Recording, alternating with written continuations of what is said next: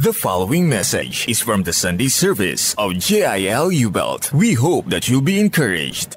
Sa buwan pong ito, meron tayong pinag-aaralang serye or series na ang title ay Brand New You. Because this month, we are exalting Jesus as the life giver. Throughout 2014, sa bawat buwan po ng taon na ito, merong isang katangian ni Jesus na pag-aaralan natin. At para sa buwan ng Enero, ang pinag-aaralan natin ay ang katangian ng Panginoong Jesus bilang tagapagbigay ng buhay. Life giver. Sabihin nga po natin, life giver. It means that He is the source of life. And during the first Sunday of January, we learned that when we receive brand new selves, brand new lives in Jesus Christ, we gain a new focus. Nagbabago ang pananaw natin sa mundo. Sabi ni Apostol Pablo, fix your eyes or focus yourselves not on the things of this world, but on heavenly things. The things of God and the things that are important to God. Kapag daw po tayo ay naging Kristiyano na at nabigyan ng bagong buhay ni Jesus, ang pinahalagahan natin ay ang mga bagay ng Diyos at ang mga bagay na mahalaga sa Diyos. Hindi ang kamunduhan o anumang gawa ng kasalanan. And then during the second Sunday of January, we learned that along with this brand new life that comes from God, we develop new behavior. Iwinawaksi na natin ang mga kagawian, ang mga nakasanayan na masama, lustful behavior, and loveless behavior. We gain that attitude of killing them. And last Sunday, we also learned that together with the new self, the new life that we find in Jesus, we gain a new way of relating with other people. New relationship. Bago na ang pakikitungo natin sa ibang tao.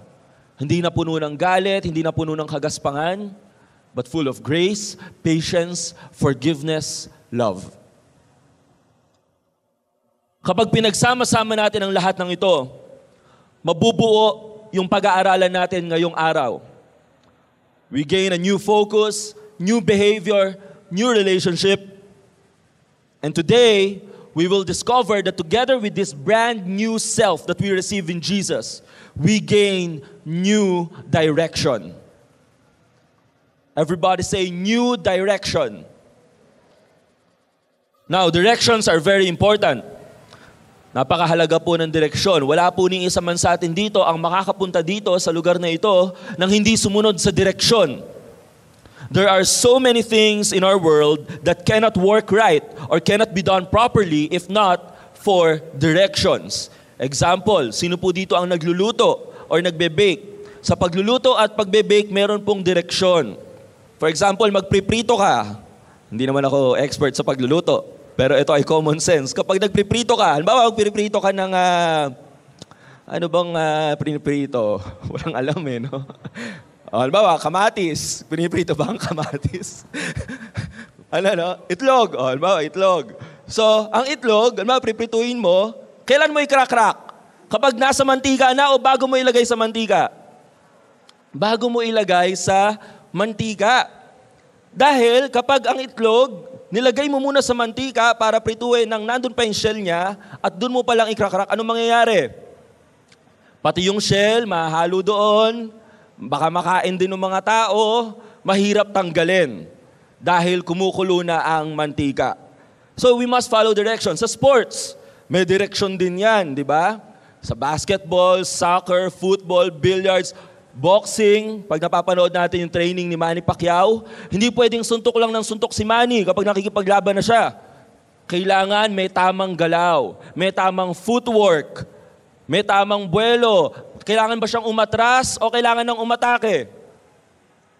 Sa school, may direction din ng mga teachers. Hindi pwedeng sagot lang ng sagot. True or false pala, ABC ka ng ABC. In reaching a destination, especially in following traffic signs. It is important for directions to be very clear. Noong May 2012, may isang klase ng traffic light na itinayo sa China. Nakikita nyo ba yung traffic light na yan? Sabay-sabay nakailaw ang red, yellow at green. Pinaghalo-halo sa isang poste. Ang mga traffic light na hindi mo alam kung saan nakaharap. Sa akin ba yan nakaharap o doon sa kabilang lane? Totoo po itong nangyari.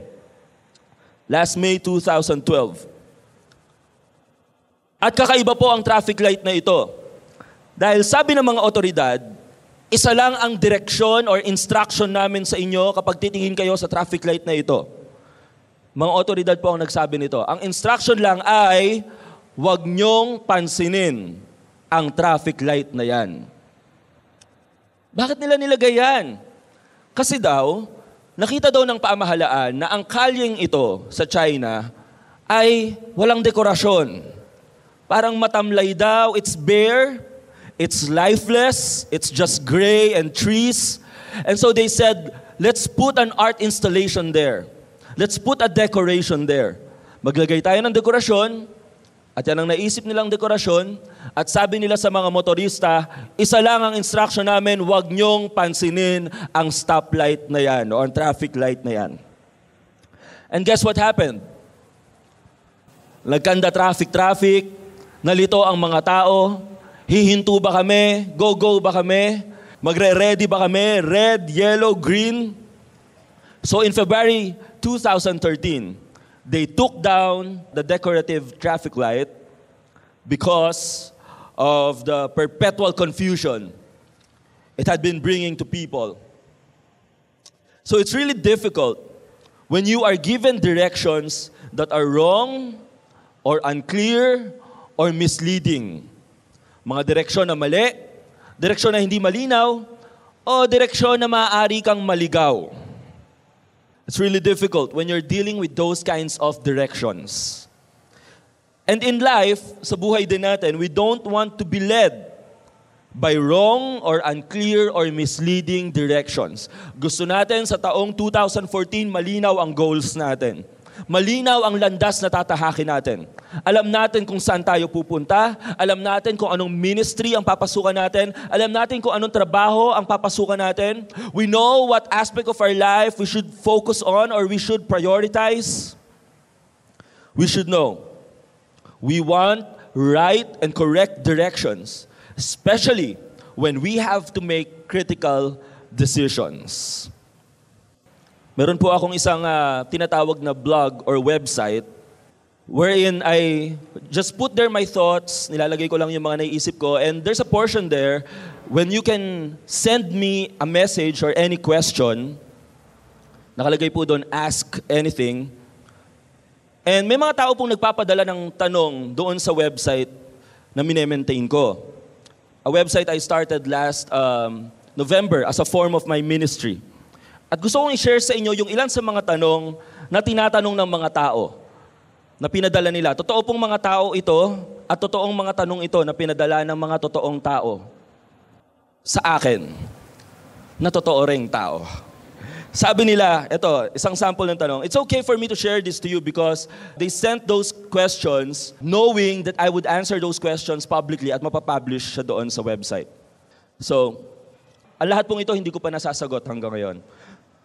Kuya, tanong ko lang, okay lang bang lumipat ng church? Kasi pakiramdam mo na kulang yung way ng pagdi-disciple sa'yo. Another question, bawal po ba magsuot ng two-piece ang Kristiyano? May pictures po kasi yung friend ko na naka two-piece. Marami pong Christian din ang nagpupuna sa kanya. Gusto ko po malaman ang point of view nyo about this. Kuya, isa na namang tanong, nag-EGR po ako, Encounter God Retreat. God used somebody to tell me that I was called to preach and share His word. And I will be used specifically in a country. People will draw near to God through me. Nakakakaba, haha. Pero I really feel that's what God wants. How can I prepare myself for that kind of calling? Naghahanap ng direksyon. Kuya, okay lang po ba manood ng Death Note kahit na medyo brutal? Isa pa, hi po, I have a boyfriend. 9 years na po kami. But last 2 years, nagkaroon kami ng problema because of a girl. Youth po siya sa church namin. Close po sila ng boyfriend ko. Akala ko, tingin niya sa boyfriend ko, mentor. Pero na-discover ko po na naging sila. Sobra-sobra po akong nagalit sa kanila. Lalo na sa girl. Kasi naging youth leader po niya ako. pero wala siyang respeto. Akala ko napatawad ko na siya. Tawa pa kayo? Akala ko napatawad ko na siya. Pero pag nakikita ko siya, nagagalit pa rin ako. I want to move on. Gusto ko na po makalimot, pero ang hirap po. Ano po ang dapat kong gawin?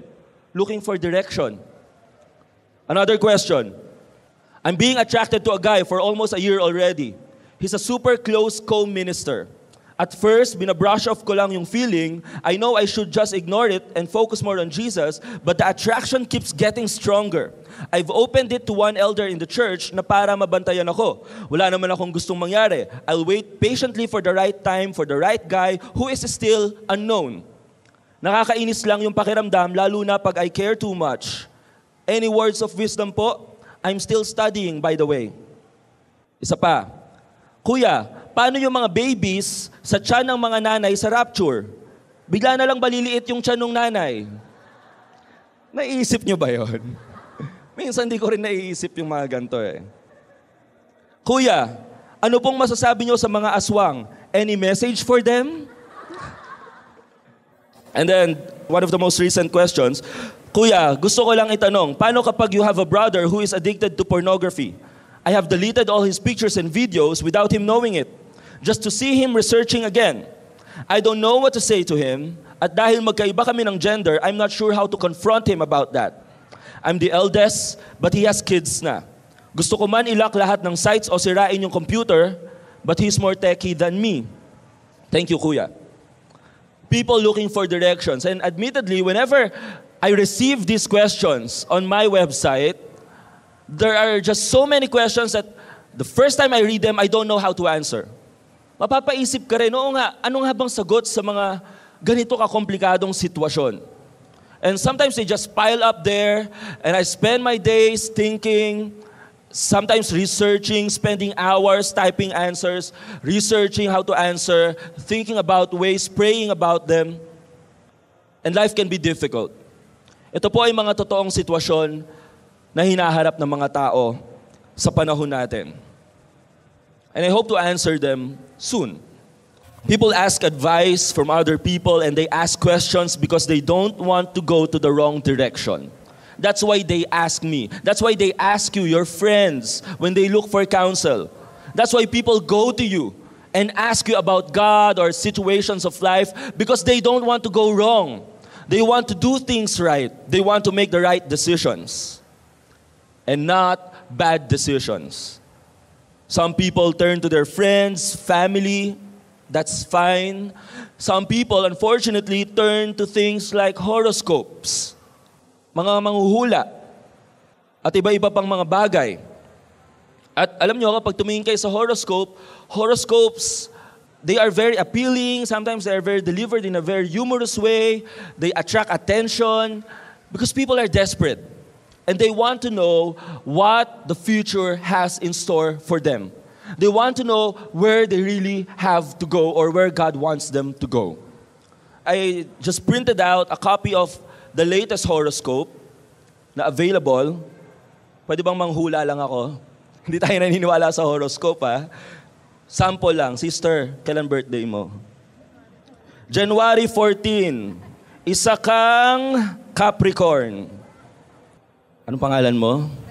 Dayan. Dayan, maisa sa katuparan ang gusto mong mangyari ngayon.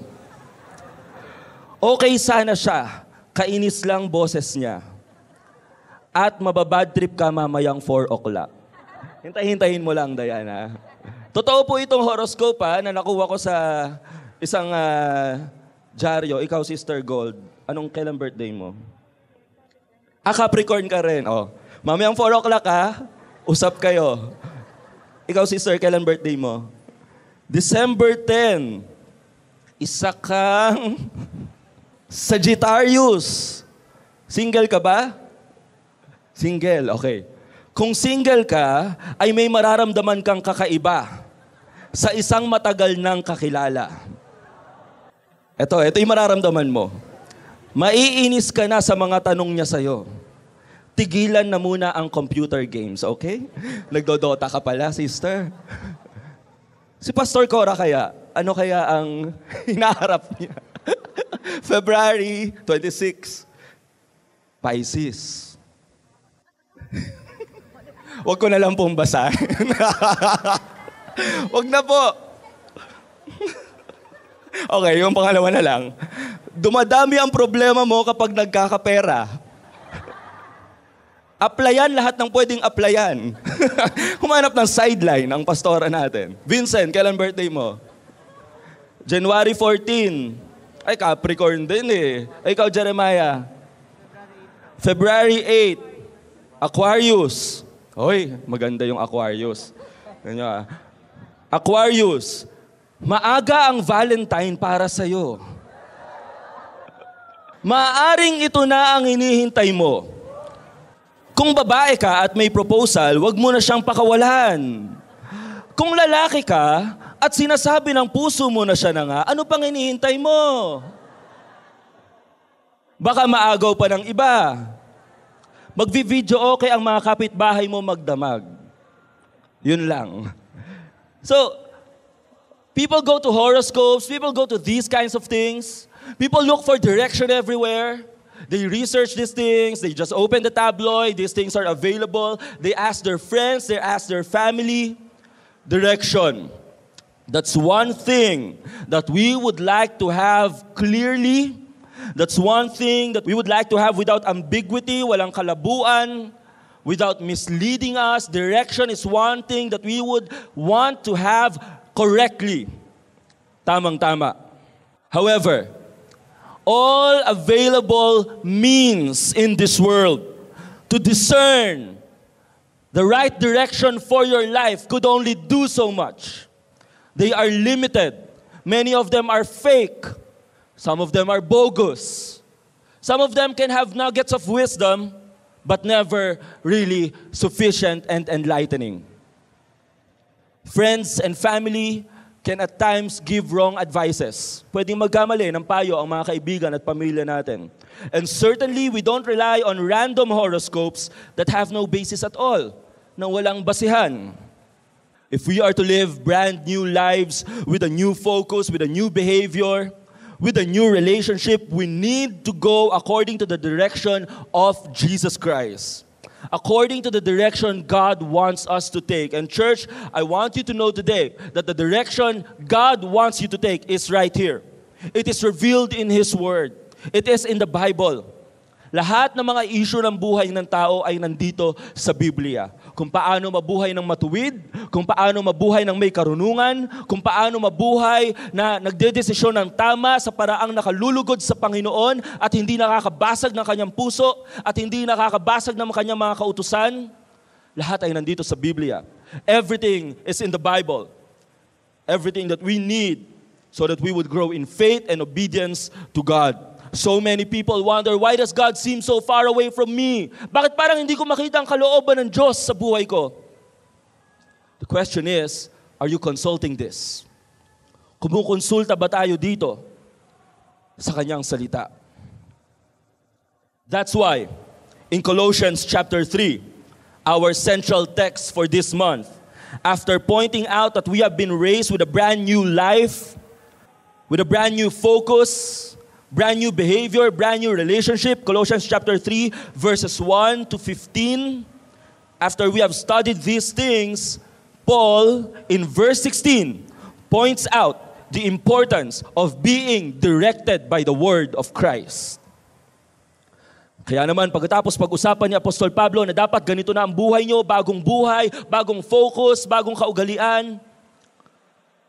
In verse 16, Paul says, if you are really a new person now, this will be the direction, the guidepost, the compass, the map of your life. What is it? The Word of Christ. Basahin po natin yung Colossians chapter 3, verse 16. Sabi ni Apostol Pablo, let the Word of Christ dwell in you richly, as you teach and admonish one another with all wisdom, and as you sing psalms, hymns, and spiritual songs with gratitude in your hearts to God. Verse 17, and whatever you do, whether in word or deed, do it all in the name of the Lord Jesus, giving thanks to God the Father through Him. I want you to focus first on the word, so verse 16, Sabi ni Apostol Pablo, let the word of Christ. Word of Christ. In some manuscripts or ancient copies of the New Testament, ang nakalagay po dyan ay Word of God or Word of the Lord. Ipinapakita po dito that Christ's Word has the same authority and power as God's Word because He is God. Interchangeable o pwedeng pagpalitin yung salitang Christ, God at Lord dahil si Jesus ay pantay sa Diyos at ang kanyang salita ay may katumbas na kapangyarihan at otoridad sa salita ng Diyos dahil siya ay Diyos. So let the word of Christ, the very powerful, authoritative, life-giving and life-transforming word of Jesus Christ Himself dwell in you richly. Ano po ibig sabihin ng word of Christ? The phrase word of Christ has two senses. Pwede pong dalawang interpretasyon natin dyan. It could be the words that Jesus Christ Himself spoke, ang mga salitang isinalita mismo ni Jesus sa kanyang mga disipulo na ikinote sa mga Gospels, or it could be the message centering on Jesus Christ. And what is that message centering on Jesus Christ? The entire New Testament, the entire Old Testament, the entire Bible. So this entire word of Christ, the words spoken by Jesus, and the words, the message centering on Jesus, the gospel, the Old Testament, the New Testament, everything in this Bible, let it dwell in you richly. Our brand new lives must be directed by the word of Christ. Isa lang ang dapat gumabay, magdirekta, magkontrol sa bawat desisyon natin. At yun ay ang mga salita ni Kristo. Paano daw? In what manner? In what fashion? In what way should this word of Jesus dwell in us? Ano sabi sa verse 16? Let it dwell in you how? Richly. Dwell in you richly. Now, the word dwell in Greek is enoikeo.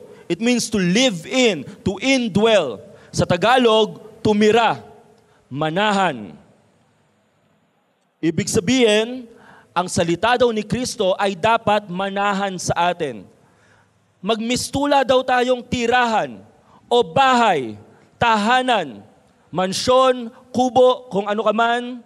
Magmistula ka daw na bahay, tahanan ng salita ni Kristo. Now, the Bible also speaks of the living God living in us, not just the word of Christ. In 2 Corinthians chapter 6 verse 16, sabi po doon, tayo daw ay templo ng banal na Diyos, ng buhay na Diyos. So hindi lang ang salita ni Kristo ang nananahan sa atin, ang Diyos mismo na buhay ay nananahan sa atin sa pamamagitan ng banal na Espiritu. Makikita natin yun sa Romans chapter 8 verse 11, that the Holy Spirit is also in you. Kapag ikaw ay naging Kristiyano na, ipinanganak kang muli, tinalikuran mo na ang buhay ng kasalanan, tinanggap mo si Jesus bilang tagapagligtas ng buhay mo, niyakap mo ang sakripisyong ginawa niya sa krus bilang iyong kaligtasan at kapatawaran.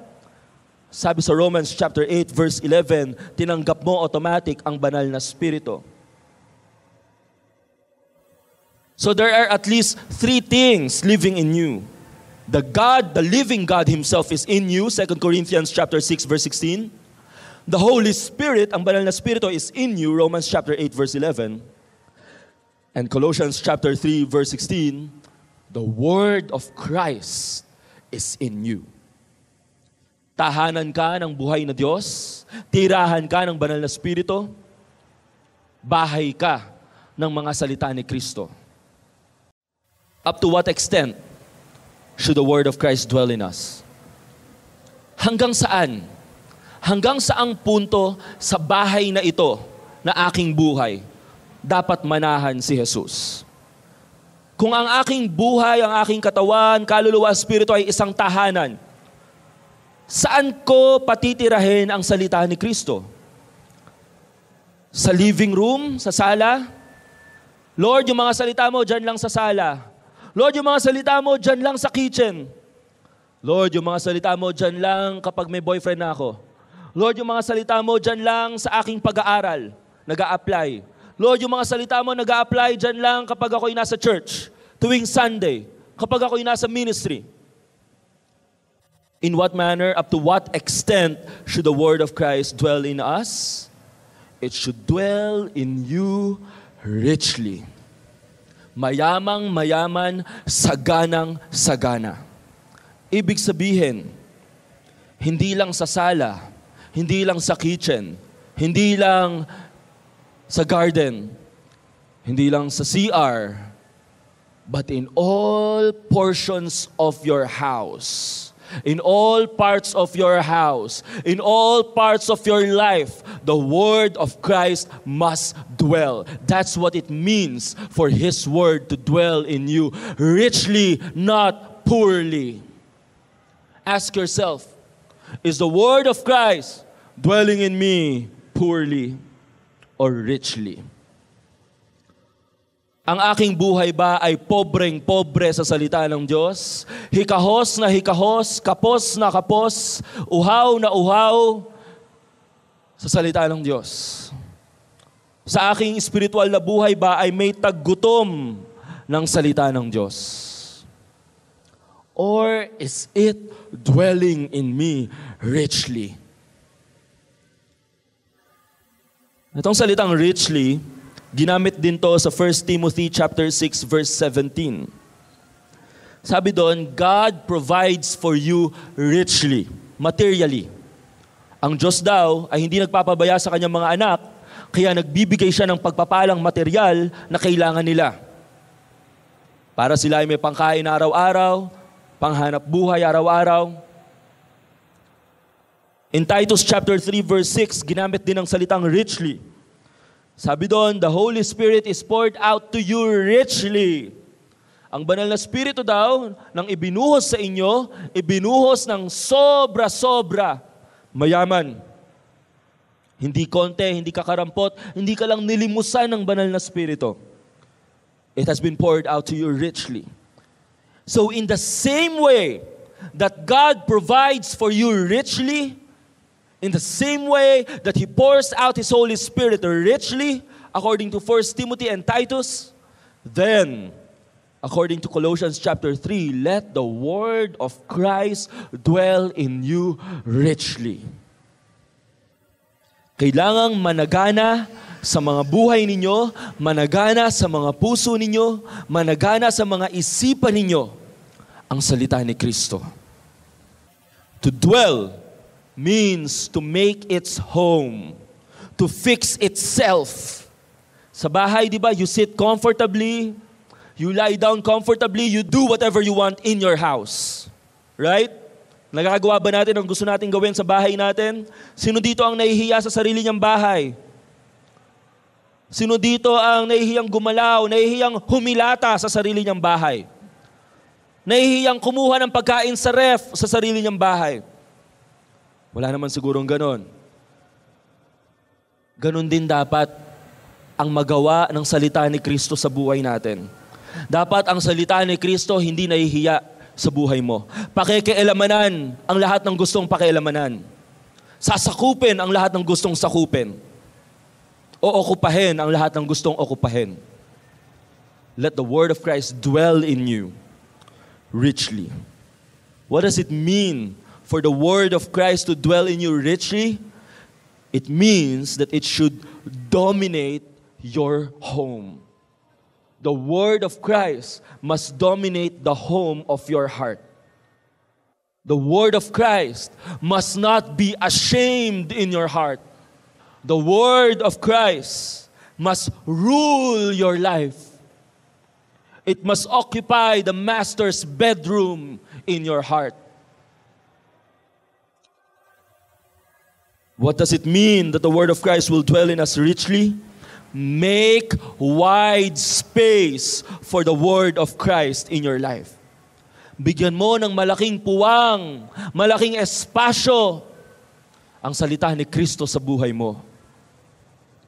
Give plenty of room for the word of Christ in your life. Nung hindi pa natin kilala ang Panginoong Jesus, nung hindi pa natin tinatanggap ang bagong buhay galing sa Kanya, nung namumuhay pa tayo sa kasalanan, enjoy tayo sa kasalanan, wala tayong struggle sa kasalanan dahil best friend natin ang kasalanan.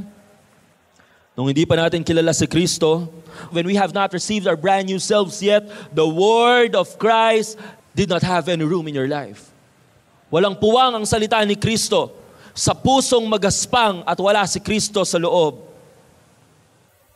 But when we received our brand new selves in Jesus, when we received this new life, this new focus, this new behavior, this new relationship, when we received Him, something changed in us.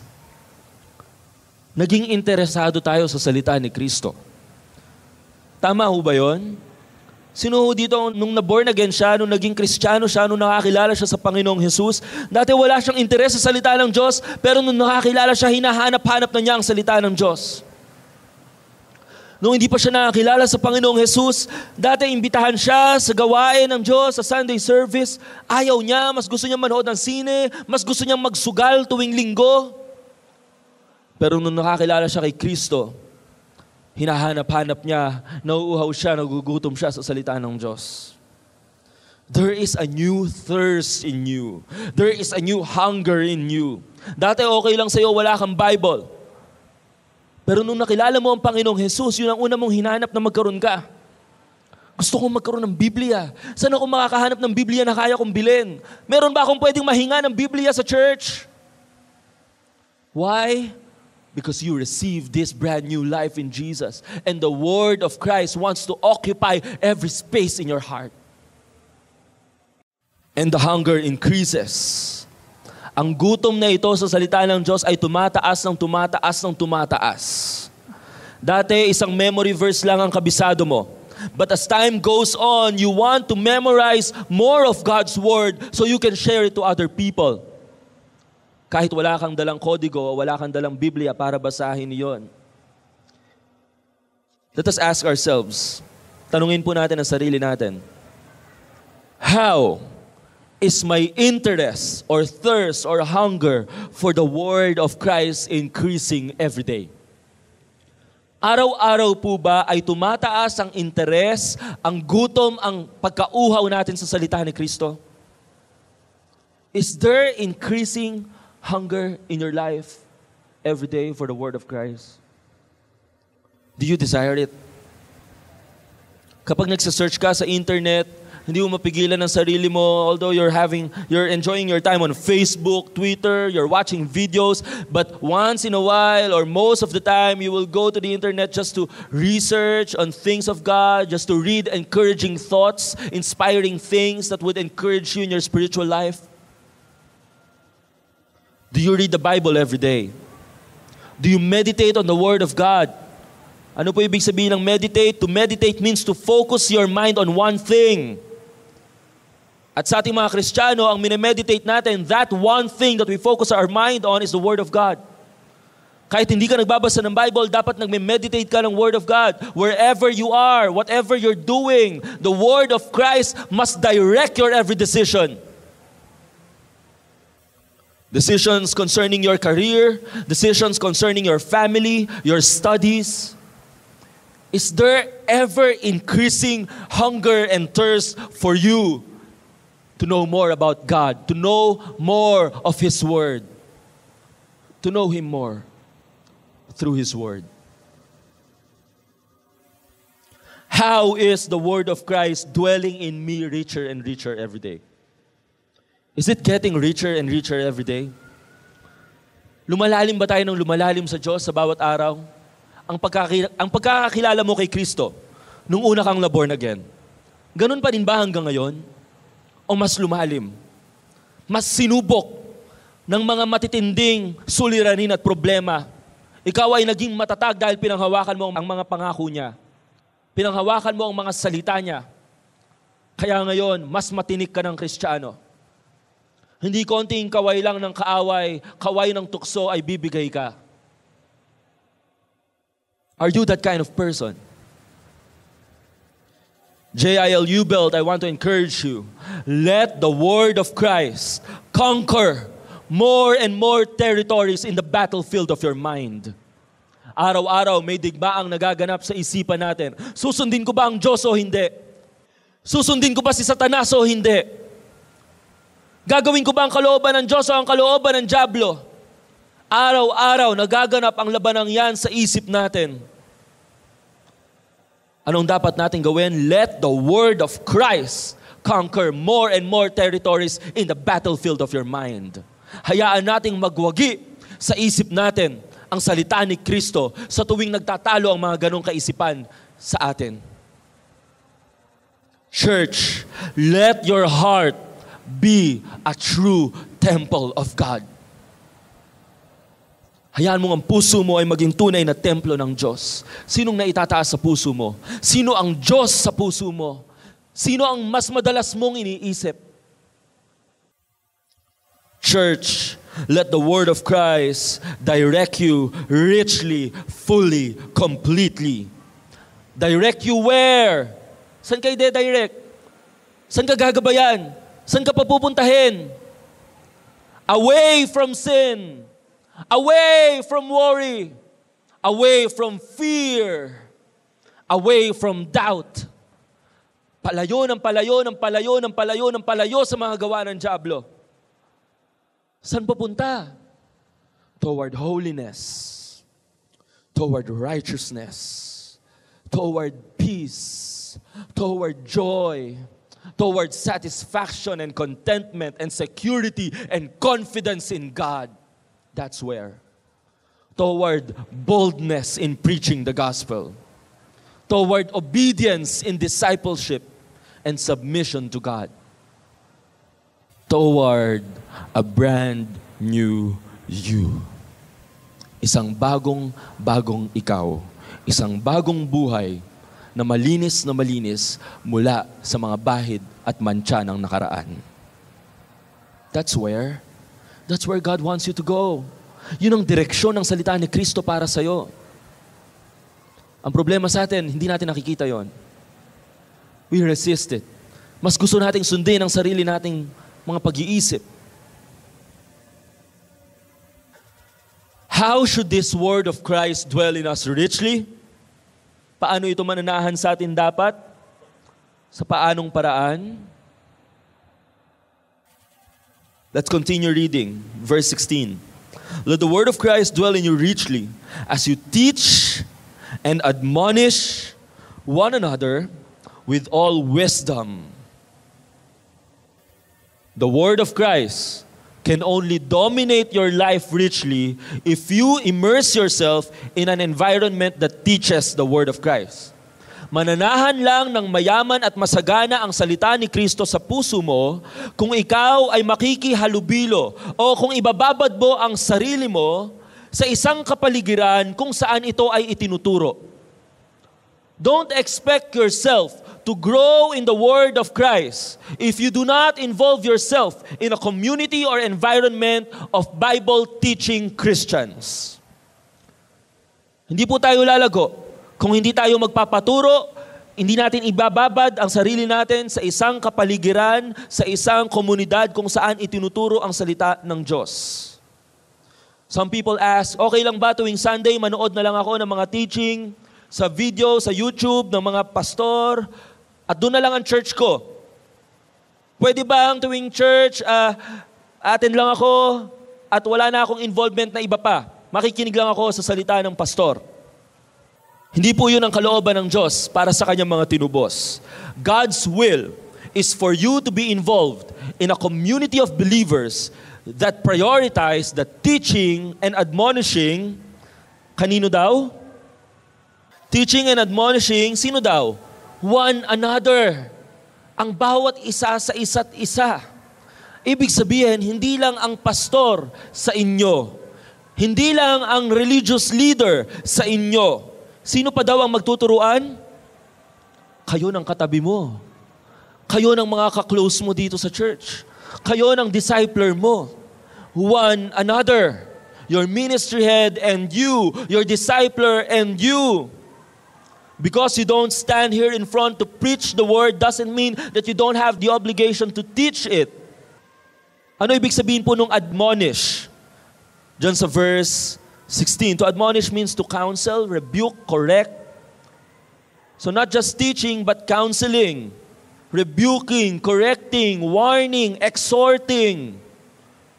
For you to grow in the word of Christ, you must deeply immerse and involve yourself in an environment where the word of God is taught and admonished to one another on a personal level.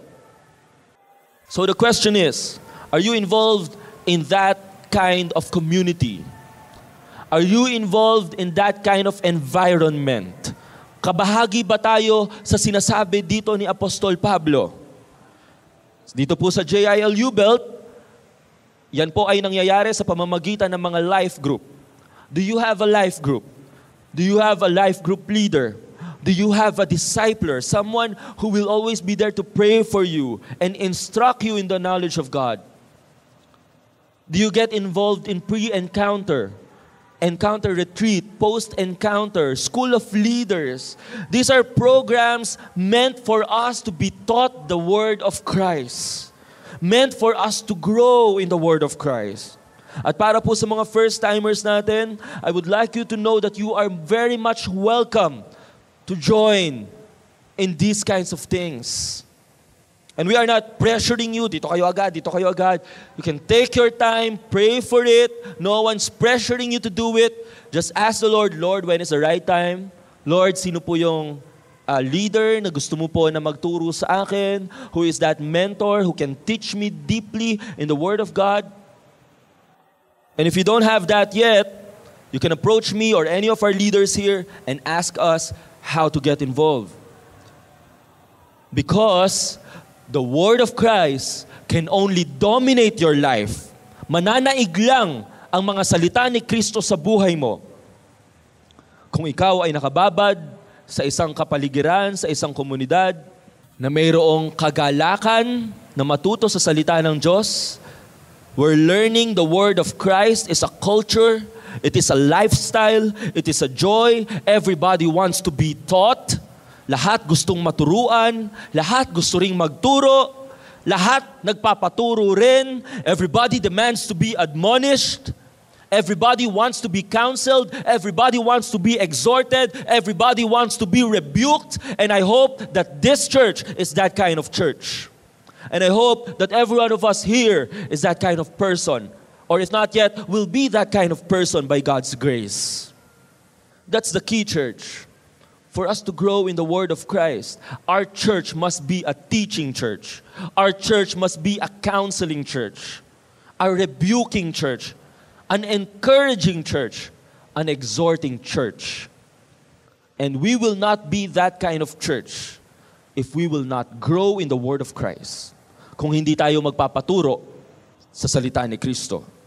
Where everybody wants to do it. I want to take it. I want to study it. I want to take the challenge. I want to grow. I want to disciple someday. Matthew 4:4, Jesus said, "Man shall not live by bread alone." Are you living by bread alone? Are you living by the concerns of this world? Does money direct your life? Does money govern your decisions? Man shall not live by bread alone. Sabi ng Panginoong Jesus, ang tao ay hindi lamang nabubuhay sa pisikal na tinapay, ngunit sa pamamagitan din ng bawat salitang namumutawi sa bibig ng Diyos. But by every word that comes forth from the mouth of God. Now, this teaching, this admonishing, must be done with all wisdom. Sabi sa verse 16, Colossians 3:16. Teaching and admonishing one another with all wisdom. What is wisdom? Ano ang karunungan sa definisyon ng Biblia? Wisdom is the ability to apply the Word of Christ to your daily life. Wisdom is the ability to view the world the way God views it. Ano ibig sabihin ng karunungan sa Biblia? Ang abilidad na makita mo ang buhay mo sa paraang nakikita ito ng Diyos. Ang abilidad na makita mo ang pamilya mo sa paraang nakikita ito ng Diyos. Na makita mo ang asawa mo sa paraang nakikita ito ng Diyos. Makita mo ang mga anak mo sa paraang nakikita sila ng Diyos. Kaibig-ibig. To view the world the way God views it. Napakaganda nung sinabi sa Proverbs chapter 13 verse 14. The teaching of the wise is a fountain of life. Ang mga katuroang may karunungan ay isang bukal ng buhay. Turning a man from the snares of death. Ilalayo ka nito sa mga desisyon na magpapahamak sa iyo. Sa mga landas na magpapahamak sa iyo. Proverbs 9:9. Another very enlightening verse. Instruct a wise man, and he will be wiser still. Turuan mo daw ang isang taong marunong na, may pagkakakilala na sa Diyos, may relasyon na sa Diyos. Kapag siya ay nagpaturo pa, kaya walang pwedeng magsabing malalim na siya, hindi na niya kailangan magpaturo. Walang pwedeng magsabi dito na, leader na ako, wala na kayong makokorek sa akin. Pastor na ako, wala na kayong maitatama sa akin. Hindi po totoo yun. Sabi dito, instruct a wise man and he will be wiser still. Teach a righteous man and he will add to his learning. Ano pong nakikita natin dyan sa Proverbs 9:9? What do we see there? The word of Christ dwelling richly. Conquering more and more space in the life of the wise man. Occupying more and more territory in the home of his heart. Kaya walang duda, sinabi ni Apostol Pedro, sa John chapter 6 verses 68 to 69, nung panahong ang Panginoong Jesus ay iniwanan ng maraming disipulo dahil sa kanyang mga katuruan na mahirap tanggapin, sabi ni Apostol Pedro, Lord, to whom shall we go? Saan pa kami pupunta? You have the words of eternal life. The words of Christ bring everlasting life. They bring out the brand new you in you. Kaya sabi niya sa verse 69, we believe and know that you are the Holy One of God. Now let's continue in Colossians chapter 3 verse 16. Let the word of Christ dwell in you richly as you teach and admonish one another with all wisdom, as you sing psalms, hymns, and spiritual songs with gratitude in your hearts to God. So original Greek, wala po dyan yung salitang end. And as you sing psalms, it just continues. You will teach with all wisdom as you sing psalms, hymns. So worship team, you have a great role in teaching and admonishing people in the words of Christ as you sing songs to Him, as you lead us in singing songs to God. The songs that we sing in church must teach biblical truth. There must be deep theology and doctrine in our worship songs. Singing psalms, hymns, spiritual songs, gratitude. This environment of teaching and mentoring to be taught with the Word of Christ and demanding to be fed and grow with the Word of Christ is cultivated in an atmosphere of positivity. Ibig pong sabihin, magaganap ang pagtuturong ito ng pinaka-epektibo kapag merong kantahan, merong awitan ng magagandang awit tungkol sa Panginoong Diyos. Ano po ibig sabihin nun?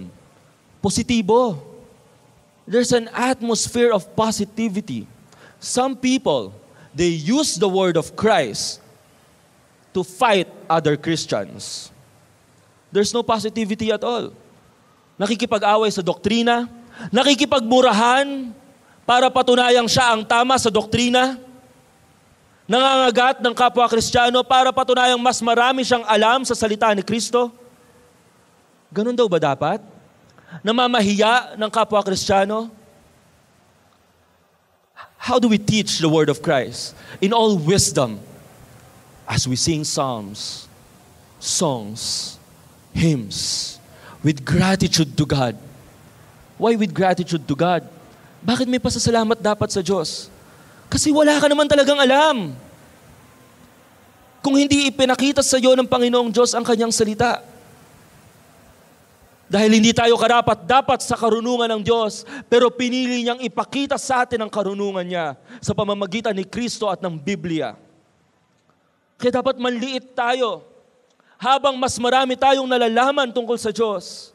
Habang mas marami kang nadidiskubre tungkol sa salita ng Diyos. Habang lumalalim ang kaalaman mo sa doktrina. Habang pumupunta ka sa SOL 1, 2, 3, BESME, Brother Eddie School of Ministries, Bible School, mas lalo ka dapat nanliliit at nagpapasalamat sa Diyos at umaawit ng papuri sa Kanya. Panginoon, sino ako para bigyan mo ng mga kaalaman na ito? There should be an atmosphere of positivity, worship, singing hymns and songs to God with gratitude and grace. Baliwala po ang lahat ng nalalaman natin sa Biblia. Kung hindi natin ito gagamitin, isa sa pamuhay ng may pagpapakumbaba,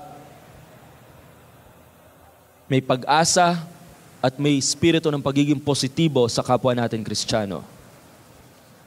At maging sa ibang tao na hindi pa nakakilala sa Diyos.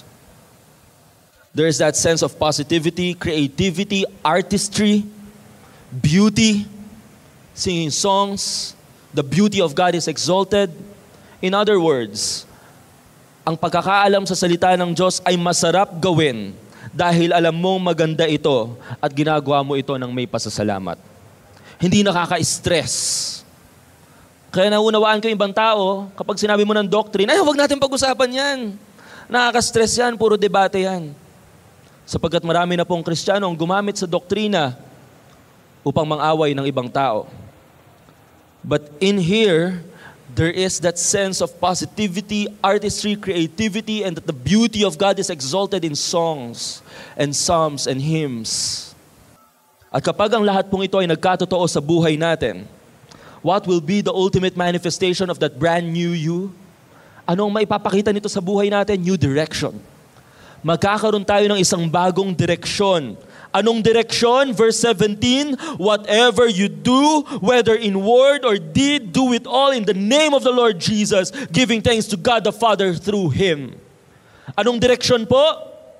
Everything that you do is now for Jesus Christ. Dati wala kang pakialam kay Jesus, wala kang pakialam sa mga prinsipyo ng Biblia, pero ngayon, iniisip mo sa paggastos mo, ayon ba ito sa prinsipyo ng Bible? Sa pag-manage ng pera ko, ng salapi ko na ipinagkatiwala sa akin ng Diyos? Tuwing tinitingnan mo ang asawa mo, hindi ka na nakakaisip ng mga masasamang bagay? Sa halip, tinitingnan mo siya sa paraan na nakikita siya ni Kristo. Kaibig-ibig, maganda, may kapintasan man, pwedeng patawarin. New direction. Verse 17, in everything you do, Jesus is our highest consideration. Isipin po natin, why am I doing the things that I'm doing right now? Bakit ko ginagawa ang mga bagay na ginagawa ko ngayon? Sumusunod ba ako sa direksyon ng Diyos? Why am I going toward the direction I am going now? Bakit ako pumupunta doon sa direksyon na pinupuntahan ko ngayon? Sa buhay ko. 20 years old na ako, 40, 50, 60, whatever, 13. Bakit ako pumupunta ngayon sa direksyon na tinatahak ko? Ito ba ay direksyon ng Diyos para sa akin? Is this for Jesus? Is the word of Christ leading me? Let us think about those questions. Where am I going to? Where is my life headed? Is my life a directionless life? Ang buhay ko ba ay isang pangangapa sa dilim? Ang buhay ko ba ay isang panghuhula kung ano kaya ang mga swerteng gawin o malas na gawin at sana matsambahan ako na palaging swerte ang gawin ko? Is that your life? Where are you going right now? Where are you heading? If you are a father or a mother, where are you taking your family? Saan mo dinadala ang mga anak mo? Saan mo dinadala ang asawa mo? Kung ikaw ay isang nakatatandang kapatid, saan mo dinadala ang mga kapatid mo? Anong ehemplo ang pinapakita mo? Kung ikaw ay anak, at ikaw pa lang ang Kristiyano sa pamilya nyo, where am I taking my family? Kung ikaw ay estudyante, where is this career heading to? Do you have plans for your life? Do you have dreams? My challenge for you, church, today is this. Grow deeper in the Word of Christ. Grow deeper in your love for God. Magpakalalim ka sa salita ng Diyos. Ngayong taon na to, you might have many targets, many goals, many dreams for this year. That's fine. Perfectly fine. But I have one request to make of you. Sa lahat ng yon, kung nilista mo 1, 2, 3, 4, 5, I want you to erase all the numbers, adjust the numbers, put number 1 on top, and put there, I want to know Jesus more.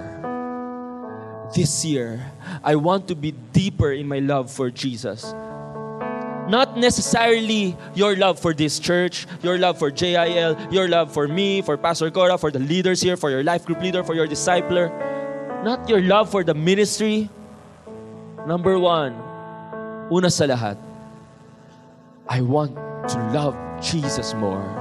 I want to grow deeper in my love for Him, deeper in my knowledge of Him. Make it your number 1 priority this year. I promise you, the Lord promises you, the Bible promises you, you will gain a new direction. You've been listening to a Sunday service message from JIL U-Belt. JIL U-Belt meets at 1 o'clock p.m. at Evergotesco, Manila Plaza Mall on Recto Avenue, Manila. You may copy or distribute this audio material provided that you do not alter its content or charge any fee. For more information, visit www.facebook.com/JIL U-Belt.